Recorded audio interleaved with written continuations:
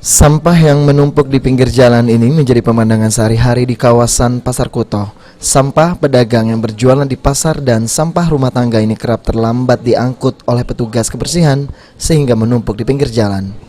Tumpukan sampah ini menimbulkan bau tidak sedap dan mengganggu pemandangan. Sejumlah warga yang berada di kawasan ini pun mengeluhkan tumpukan sampah karena membuat pedagang dan pembeli tidak nyaman. Menurut warga, sampah yang menumpuk ini diangkut 2 kali dalam sehari. Kini warga berharap armada yang mengangkut sampah di pasar ini ditambah sehingga setiap hari tidak menumpuk. Tiap hari cuma siko itu Pak? Iya. Cuma dia 2 kali, pagi sama sore. Ini Pak, kita merasa sebenarnya terganggu tidak?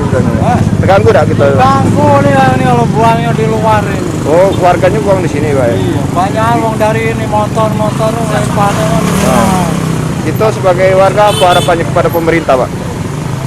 Harapannya ya ini yang minta ini yang bagus. Ganggu masalah sampah-sampah ini kan terlalu pinggir.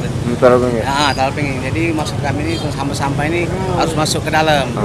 Nah, jangan sampai di pinggir jadi jalan macet karena sampah ini terus oleh terganggu kami karena bau-baunya sini kan.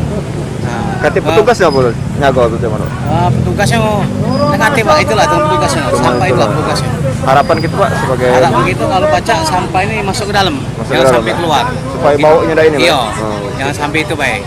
Itu ya bintaan kami. Cuman itu Pak. Iya, Bang. Jadi ngangkut berapa kali sehari Pak? Ini 2 kali sehari ngangkutnya. 2 kali sehari. Pagi sama. Kesadaran warga untuk tidak membuang sampah sembarangan juga harus ditingkatkan, mengingat terkadang banyak warga sekitar yang membuang sampah di kawasan ini. Aprianto, Abidin Riwanto, PAL TV.